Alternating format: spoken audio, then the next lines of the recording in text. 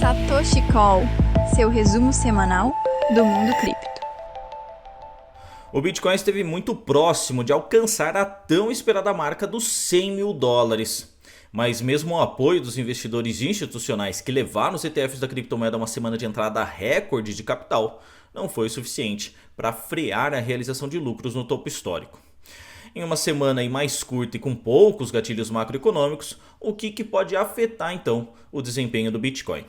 É isso que eu, Beto Fernandes, analista de conteúdo de criptomoedas da Foxbit, discuto com vocês hoje no Satoshi Call desta segunda-feira, 25 de novembro de 2024.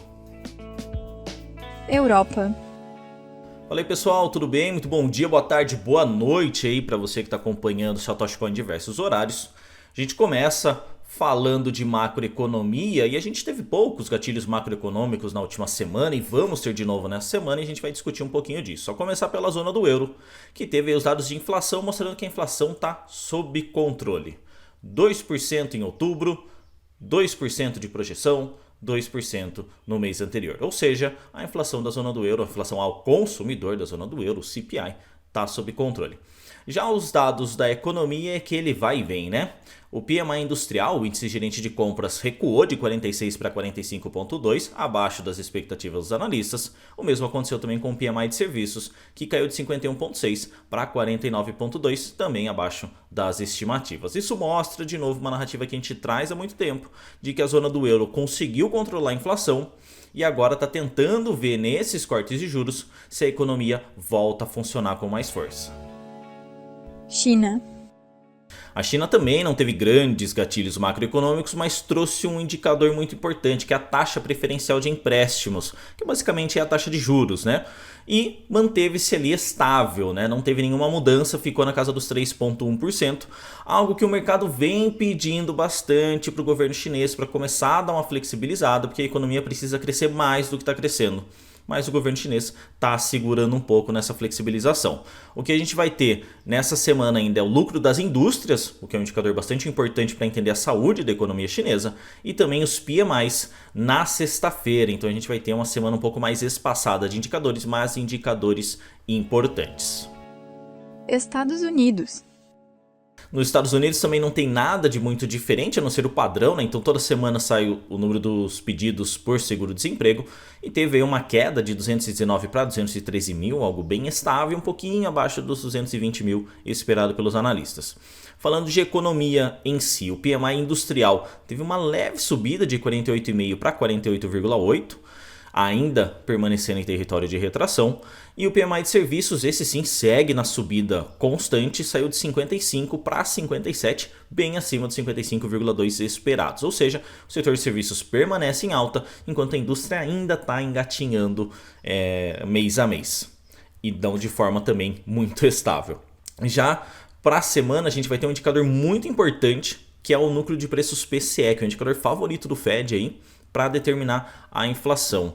Alguns formuladores de política monetária já falaram recentemente que talvez não fizesse um novo corte de juros, isso está bem equilibrado inclusive nas apostas, mas o PCE pode trazer uma perspectiva diferente aí, seja de trazer uma agressividade maior no corte de juros, ou seja, de uma pausa mesmo na flexibilização monetária. Então é um indicador que a gente vai precisar ficar de olho e vai trazer volatilidade para o mercado.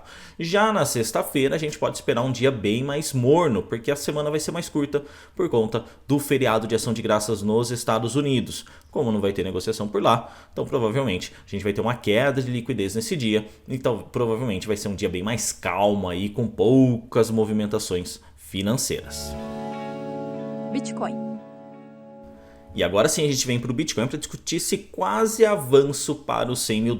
Foi por muito pouco, o Bitcoin chegou a 99.700 dólares, quase a gente alcançou os 100 mil, mas tem alguns motivos aí, né? A gente vem falando isso no Satoshi Call há algum tempo, que a subida de preços do Bitcoin é muito expressiva no curto prazo, né? Se a gente for pegar desde o começo de novembro, por exemplo, a gente está falando de uma alta aí de quase 50%. Então era natural que os investidores iriam realizar lucros em algum momento. E tinha de fato uma parede de liquidez muito forte na casa dos US$100 mil, 99 e pouquinho. E isso acabou, evidentemente, trazendo então a realização de lucros, né? Até mesmo alguns holders ali, né? O galera que estava segurando o Bitcoin começou a fazer uma realização de lucros mais constante, na casa de uns 500 milhões de dólares por dia. Então isso trouxe uma pressão que impediu de fato o mercado de avançar. A gente viu isso também no mercado de derivativos, por exemplo, nas últimas 24 horas, mais de 500 milhões de dólares foram liquidados em posições. E cerca de quase 400 milhões foi de posição de compra, ou seja, muita gente alavancou na expectativa do rompimento de 100 mil dólares e o preço acabou não seguindo, então a queda foi intensificada também pela liquidação de futuros. Mas isso não quer dizer que o mercado virou, né? Ao contrário, os ETFs de Bitcoin continuam tendo uma forte demanda e só na última semana entraram 3 bilhões 350 milhões de dólares nesses fundos. O que isso quer dizer? Quer dizer que foi a maior semana de fluxo de capital positivo desde o lançamento dos ETFs, em janeiro desse ano. Então a demanda institucional e até de parte do varejo que utiliza desses produtos continua bastante aquecida, e a gente vê também nos mercados de spot a compra de Bitcoin acontecendo, mas a gente não pode esquecer da realização de lucros, porque praticamente ali na casa dos 100 mil dólares, 100% das carteiras estariam no lucro. Então, só quem comprou ali na casa dos 99 mil dólares hoje, por exemplo, estaria no prejuízo. Abaixo disso, praticamente todos estão no lucro. Então, eu preciso entender que esses movimentos são naturais. Num mercado saudável, ele não deveria subir numa estilingada só. Ele vai precisar de correções para ele se ajustando. E a gente tem os fatores macroeconômicos, como o índice de preços do PCE, que a gente comentou mais cedo, que vão ser divulgados na quarta-feira. Então a gente precisa acompanhar, porque isso vai trazer volatilidade para o Bitcoin, que é um fator determinante para o Fed. Enquanto isso, a gente tem também ali o feriado na sexta-feira, que vai dar aquela acalmada, por mais que o Bitcoin seja um mercado descentralizado e global. A gente sabe que quando os Estados Unidos dão uma parada, o mercado cripto também tende a dar uma resfriada. Não é uma regra, mas é uma tendência. A análise técnica, para quem ainda não se acostumou, vai estar lá no Telegram, no Twitter e no WhatsApp da Foxbit, para você poder acompanhar em vídeo todos os detalhes do gráfico do Bitcoin.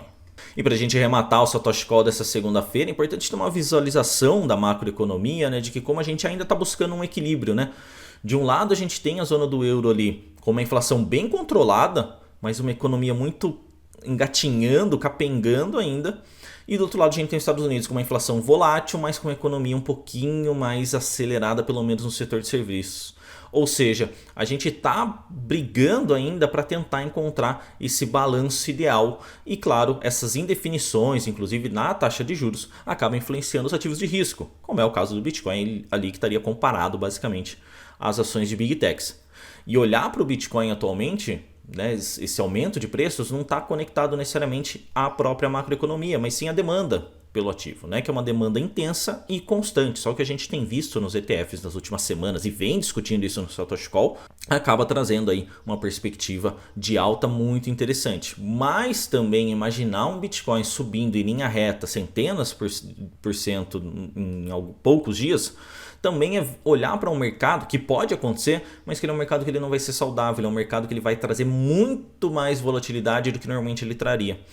Então é importante entender que o Bitcoin, assim como qualquer outro ativo, ele vai precisar de correção, ele vai precisar de realização de lucros, e isso faz parte, é da natureza do mercado financeiro. Então, se o Bitcoin cair, dá uma olhadinha, vê o que isso quer dizer, entende melhor, é uma realização de lucros ou é uma reversão de tendência? Isso vai trazer um pouco mais de calma para você que está operando nesse mercado. E é isso aí, pessoal, esse foi o Satoshi Call dessa segunda-feira, 25 de novembro de 2024. Eu, Beto Fernandes, analista de conteúdo e criptomoedas da Foxbit, mais uma vez agradeço muito a audiência de vocês nesse podcast. Lembrando aqui só que eu entro de férias e volto no dia 16 com mais um Satoshi Call para a gente poder discutir todos os detalhes da macroeconomia e também no mercado de criptomoedas. Valeu, pessoal, forte abraço e até lá!